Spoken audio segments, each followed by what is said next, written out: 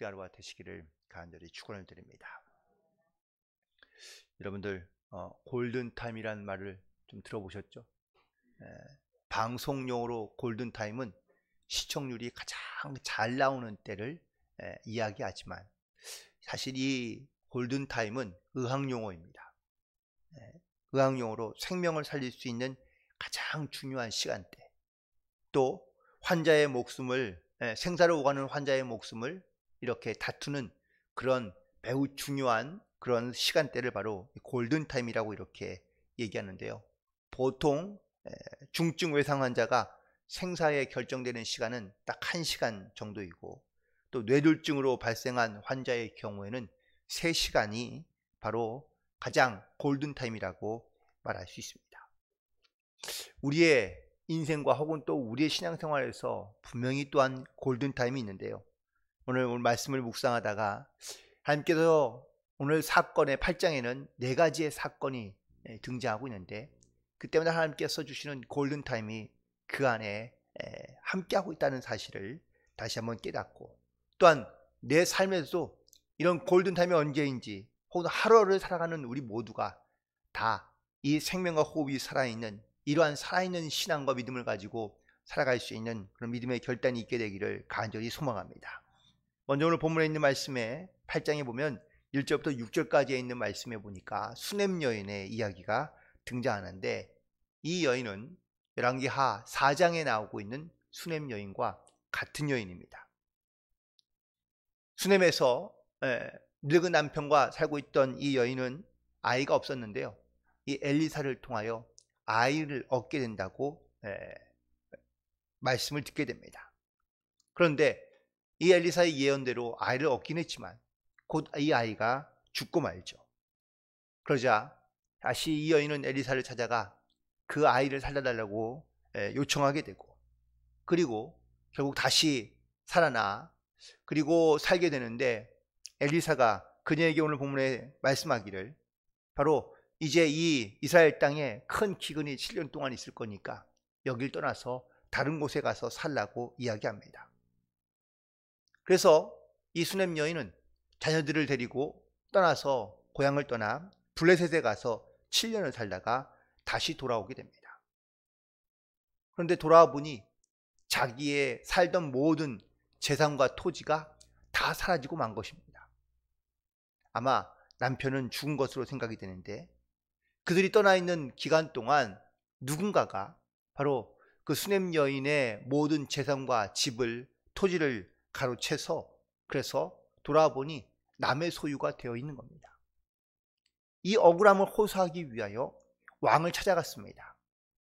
그런데 그때에 바로 이 엘리사의 사환인 게하시가 이스라엘 왕과 함께 대화를 나누고 있었는데, 바로 그 대화의 내용이 뭐냐, 엘리사가 행한 기적이 무엇인가라는 것을 그때에 이 게하시가 왕에게 얘기하고 있을 때, 마침 엘리사가 죽은 어린아이를 살리는 그 수냄 여인의 아이를 살린 그때의 이야기를 막 하고 있는 그때에 그 수냄 여인이 돌아와서 이 왕에게 자기의 토지에 대하여 혹은 또 재산에 대하여 돌려달라고 요청하기 위하여 찾아온 것입니다.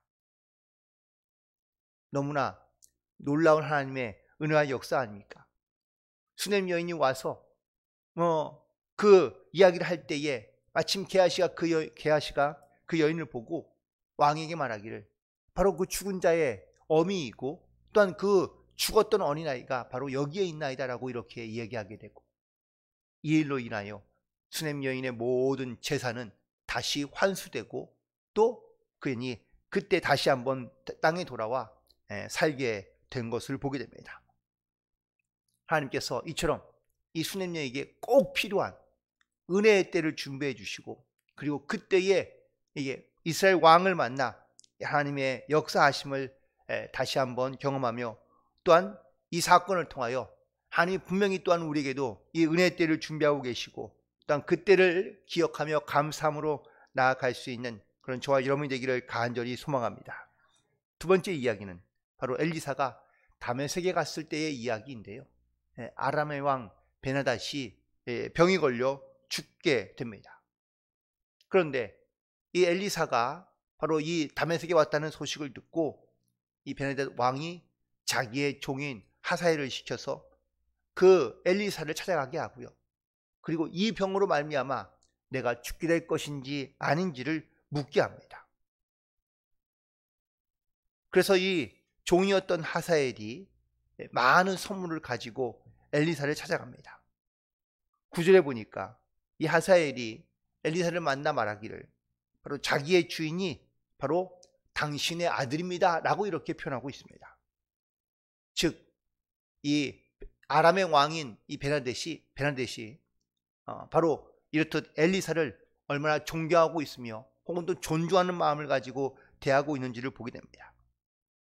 이미 벌써 우리가 앞서 7장에서 본 것처럼 나아만이 나병에 걸렸지만 그도 역시 아람의 군대 장관 아닙니까? 그가 이 엘리사를 찾아가서 병을 다 치료받고 온 것을 알고 있거든요. 그래서 이 베나댓도 자기가 병이 걸리자 자기의 종을 보내 이 병이 낫게 될 것인지 아닌지 혹은 죽게 될 것인지를 바로 이 엘리사에게 찾아 묻고 있다는 것이죠.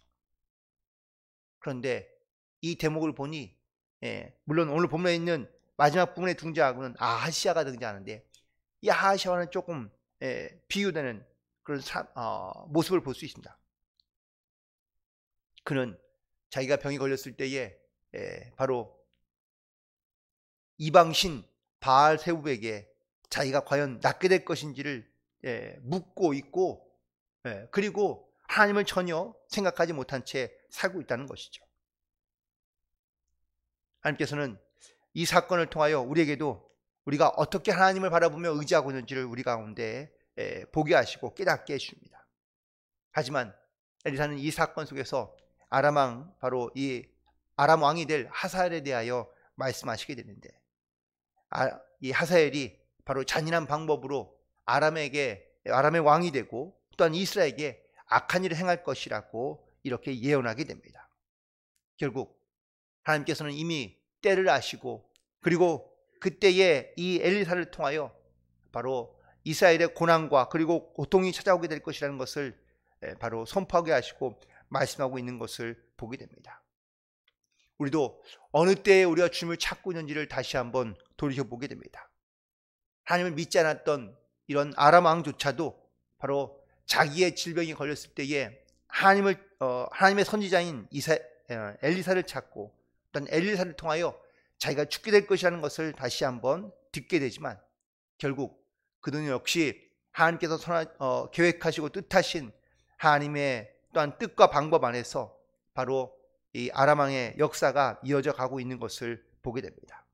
그리고 세 번째와 네 번째 사건은 바로 유다의 왕 여호람과 아하시아에 대한 이야기가 등장하는데 이 두 가지 사건을 좀 종합해서 이야기해 본다면 바로 여호람과 그리고 그의 아들 아하시는 다 유다의 왕인데 이 유다의 왕들이 바로 다윗의 길로 걸어가지 아니하고 오늘 본 말씀에 보니까 아합의 길로 걸어갔다라고 이렇게 말씀하고 있습니다.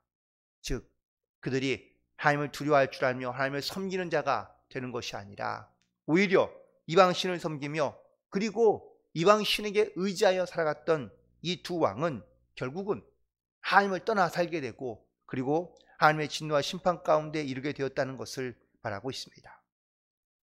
오늘 본문에 있는 말씀에 있는 네 가지의 사건이 과연 어떤 연관성이 있을까요? 그리고 왜 이 열왕기하 8장에서는 이 네 가지의 사건을 한꺼번에 우리에게 말씀해 주고 있는 걸까요? 그냥 단순히 어떤 역사적인 혹은 시대적인 순서에 의해서만 이 이야기가 혹은 이 사건들이 나열되어 있는 것이 아닙니다. 다시 한번 첫 번째 이 수냄년의 사건은 모든 것이 우연한 것처럼 보이지만 이미 벌써 자세히 보면 하나님께서 너무나도 분명하고 확실한 하나님의 정확한 골든타임을 하나님께서 예정해 주시고 그리고 그때에 바로 이 수냄 여인이 다시 살아날 수 있도록 회복될 수 있도록 하나님께서 엘리사를 통하여 혹은 또 게하시를 통하여 하나님께서 역사하고 있는 것을 볼 수 있습니다. 그럼 우리도 이처럼 하나님의 때를 우리가 기억하며 준비하며, 그리고 우리 가운데 역사하시는 그 하나님의 은혜 가운데 순종함으로 나아갈 수 있는 영적인 결단 가운데 살아가는 저와 여러분이 되기를 간절히 소망합니다. 또한 두 번째 사건은 바로 단순한 이방 나라, 그리고 또 엘리사를 통한 하나님의 예언의 시기가 정확하게 이루어지고 있는 것을 보게 됩니다. 이 사건을 통하여 우리가 다시 한번 깨닫게 되는 것은 바로 하나님께서 바로 이 땅 가운데 역사하시는 하나님의 계획과 하나님의 통치가 하나님의 선하신 뜻 가운데, 또한 인류의 모든 역사 가운데 하나하나 흘러가고 있다는 사실을 우리가 깨닫게 되고, 그래서 우리는 내 삶의 모든 주권을 하나님께 맡기며 하나님의 방법과 하나님의 말씀대로 순종하며 나아갈 수 있는 성도로서 살아갈 수 있어야 될 줄로 믿습니다. 그리고 마지막으로 이 여호람과 그리고 아람 왕의 사건에 이르기까지 바로 역사 속에서 주관하고 인도하시는 그런 하나님의 통치하심을 우리는 볼 수 있고 깨달을 수 있게 되는데, 성경은 이처럼 우리에게 하나님께서 세상의 모든 역사 가운데 어떻게 함께 하시며 역사하고 계시고 또한 간섭하며 통치하고 계시는지를 우리 가운데 증거하고 있으며 말씀하고 있는 줄로 믿습니다. 시대를 떠나서 이전과 혹은 세상을 창조하시고 역사하시는 하나님, 그리고 오늘날까지도 우리 가운데 찾아오시고 또한 우리를 통해서 일하기를 원하시는 하나님, 그러므로 우리는 이 시대에 깨어있어 하나님의 거룩한 자녀로서 우리가 하나님의 말씀에 순종함으로 나아갈 수 있는 그 영적인 사명이 있다는 것을 깨닫고 우리는 하나님을 의지하며 나아가야 될 줄로 믿습니다. 특별히 하나님께서 어떻게 역사하실지 우리는 알 수는 없지만 우리는 이 시대에 우리는 하나님의 역사하심을 또한 하나님의 섭리를 깨닫고 우리가 어떻게 이 땅 가운데 살아가야 될지를 우리는 분명히 결단하며 나아가야 될 줄로 믿습니다. 단순히 눈에 보이는 현상을 쫓아가는 것이 아니라 하나님께서 특별히 영혼을 구원하고 있는, 영혼을 구원하고자 하는 그런 골든타임을 하나님께서 우리 가운데 보여주시거나 말씀해 주시고 깨닫게 해주실 때마다 우리의 영적인 눈이 열려 바로 이 하나님의 골든타임을 바라보며, 그리고 내 삶 속에서 진정으로 개입하고 역사하시는 하나님의 인도하시는 그러한 하나님의 말씀을 따라 다시 한번 우리도 역시 내 영도 깨어나고 회복하는 이런 골든타임이 바로 이 시간 그리고 이 순간이 되기를 간절히 소망하며 하나님의 크신 사명을 잘 감당함으로 나아갈 수 있는 승리하는 복된 하루가 되시기를 주님의 이름으로 간절히 축원을 드립니다. 기도하시겠습니다.